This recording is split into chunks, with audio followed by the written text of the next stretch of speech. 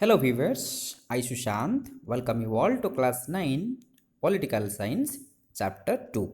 We are continuing constitutional design and today we will learn part 2. So let us start the chapter. Dear viewers, today we will learn first the path to constitution because in the last class we have read what is the meaning of constitution, why do we need the constitution overally. So today we learn what are the paths, in what way our Indian constitution was made. So first point में हम देखेंगे ये जो शुरुआत हुआ 1928 में मोतीलाल नेहरू और उनके साथ 8 अदर मेंबर्स कांग्रेस पार्टी का ये एक ड्राफ्टेड कॉन्स्टिट्यूशन मतलब एक प्लान बनाए इंडिया का, ड्राफ्ट किए, प्लानिंग किए। फिर 1931 में एक रिजोल्यूशन हुआ इंडियन नेशनल कांग्रेस का जो कि कराची में हुआ था। कराची सेशन में कांग्रेस ने भी फील किया कि how independent India's constitution should look like. हमारे देश का जब आज़ाद हमको मिलेगा उस समय में हमारा संविधान कैसे होना चाहिए, तो इसके ऊपर वो ध्यान दिए। तो दोनों का जो डॉक्यूमेंट्स है, मोतीलाल नेहरू और उनके मेंबर्स साथी जो थे और इंडियन नेशनल कांग्रेस का कराची सेशन का, दोनों डॉक्यूमेंट्स को ये ऐड किया गया कि इसमें क्या क्या सब रहेगा। 4 चीज़ सबसे पहले वो ध्यान दिए। सबसे पहला वाला जो है यूनिवर्सल अडल्ट फ्रेंचाइज, सारे नागरिक को वोट देने का अधिकार मिलेगा, पॉलिटिकल फील्ड में पार्टिसिपेशन करने का मौका मिलेगा। दूसरा हुआ right to freedom, freedom freeness, free to choose, free to speak, free to adopt any religion. So these are the different things which comes under freedom. Then equality, all should be treated equally without any discrimination. और चौथा वाला जो है to protect the rights of the minorities, minorities जो हैं, जो less number of community है, उनका जो राइट्स है, जो अधिकार है, कैसे प्रोटेक्ट किया जाएगा, ये सब ध्यान दिए। फिर इसके लिए एक कॉन्स्टिट्यूएंट असेंबली बनाए। कॉन्स्टिट्यूएंट असेंबली क्या होता है कि ऐसा एक असेंबली है जहाँ की लोगों का रिप्रेजेंटेटिव्स जो बनाए, लोगों का रिप्रेजेंटेटिव्स जो रहे, वो संविधान लिखने के लिए, संविधान फॉर्मेशन हमारे देश के लिए करेंगे। वो जो असेंबली, वो जो ग्रुप रहा, उसी ग्रुप को कहते हैं constituent assembly, the constitution frameworks हम कह सकते हैं। फिर नेक्स्ट हम बात करेंगे सोर्सेस ऑफ एक्सपीरियंस। हमारे जो लीडर्स थे, जो कॉन्स्टिट्यूशन फ्रेमवर्क्स थे, उनको एक्सपीरियंस वर्ल्ड से, होल वर्ल्ड से मिला। तो कौन कौन सा जगह से क्या क्या एक्सपीरियंस मिला, हम थोड़ा ध्यान देते हैं। हमारे लीडर्स जो है बहुत सारे कॉन्फिडेंस गेन किए अदर कंट्रीज से, लेकिन उनका ओन आइडिया के हिसाब से। वो पूरा कॉपी नहीं किया, एक्यूरेट नहीं किया, लेकिन उनका ओन आइडिया, ओन विजन के अनुसार।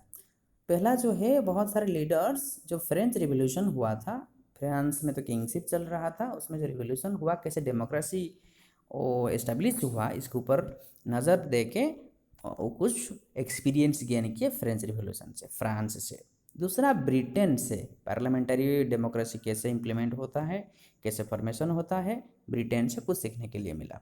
तीसरा रहा USA, United states of America जो है, बिल ऑफ राइट्स उनका कैसे बनता है, उनका सिटीजन्स के लिए जो राइट्स बनता है वो कैसे फॉर्मेशन होता है, क्या क्या चीज़ के ऊपर ध्यान दिया जाता है जब बिल्स बनाया जाता है, राइट्स बनाया जाता है।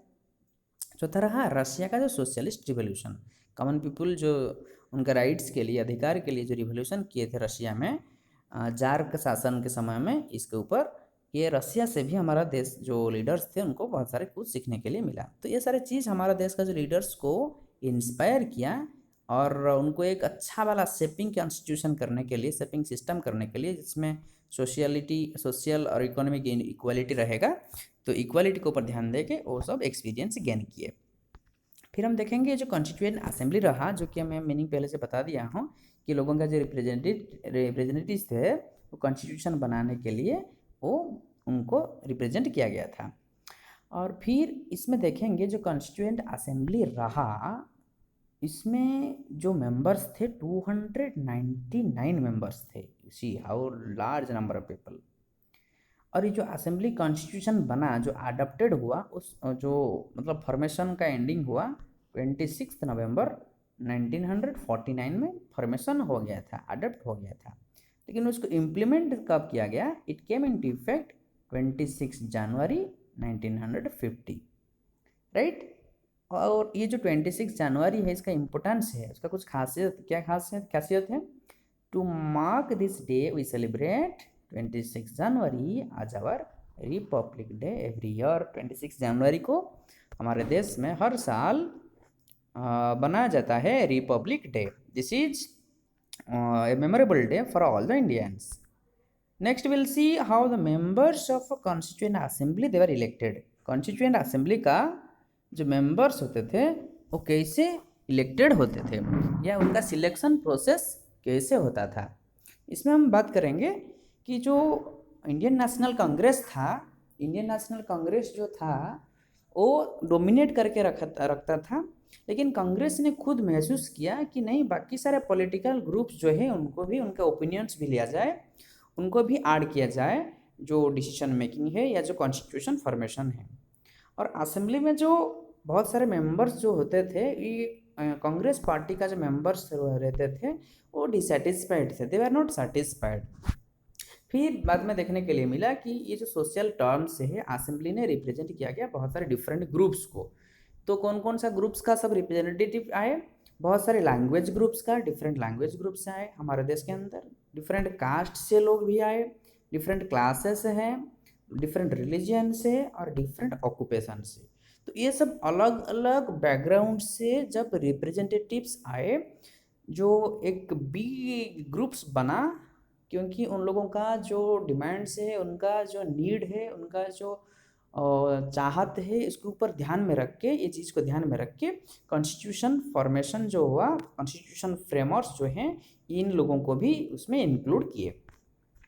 फिर हम बात करेंगे ये जो प्रोसेस रहा कॉन्स्टिट्यूशन फॉर्मेशन का, ये प्रोसेस में कैसे शुरुआत हुआ और कैसे एंडिंग हुआ, इसके ऊपर हम ध्यान देंगे। और ये जो कॉन्स्टिट्यूशन असेंबली बना, ये एक सिस्टमेटिक, ओपन एंड एक कंसेंसुअल मैनर में ये कॉन्स्टिट्यूशन फॉर्मेशन शुरुआत हुआ।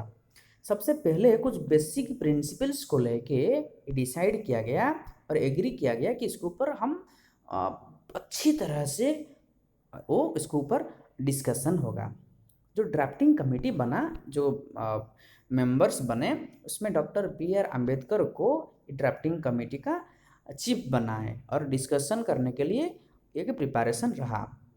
और जो डिस्कशन प्लेस हुआ, जो डिस्कशन शुरुआत हुआ ड्राफ्टिंग कॉन्स्टिट्यूशन का, पूरा क्लॉज बाय क्लॉज, कौन सा मतलब बीट बाय बीट डिस्कशन हुआ, जो आर्टिकल रहा, कौन सा सेक्शन रहा, कितना पार्ट्स रहेगा, ये सब डिस्कशन हुआ। और उसमें मोर देन 2000 अमेंडमेंट्स, मतलब 2000 से ज़्यादा अमेंडमेंट्स का मतलब बदलाव, पहले से जो डिस्कशन किया गया था, जो चीज़ उसमें रखा गया था, ये बहुत सारा बदलाव लाया गया, बहुत सारे अमेंडमेंट्स लाया गया। अमेंडमेंट्स मतलब changing some of the modifications in the laws. तो फिर बाद में क्या हुआ कि जो डॉक्यूमेंट्स प्रेजेंट किया गया, each and every word spoken in, पूरा एक एक शब्द को डिस्कशन किया गया। और जो कॉन्स्टिट्यूशन जो कॉन्स्टिट्यूशन फॉर्मेशन में जो कॉन्स्टिट्यूएंट असेंबली था, इसको सब रिकॉर्ड किया गया और एक प्रिजर्व के रखा गया। और ये जो प्रोसेस रहा, ये प्रोसेस को कहते हैं कॉन्स्टिट्यूएंट असेंबली डिबेट्स, राइट। तो ये कॉन्स्टिट्यूशन बनाने के लिए हमको 2 साल 11 महीना और 18 दिन लगा था, 2 years 11 months and 18 days complete करने के लिए लगा था, इतना दिन। फिर देखेंगे ये जो कॉन्स्टिट्यूशन फ्रेमर थे, हमारे जो हीरो थे, हमारे जो प्राइड्स थे, और वो सब उनके ऊपर थोड़ा ध्यान देंगे। सबसे पहले हम देखेंगे वल्लभ भाई पटेल जी।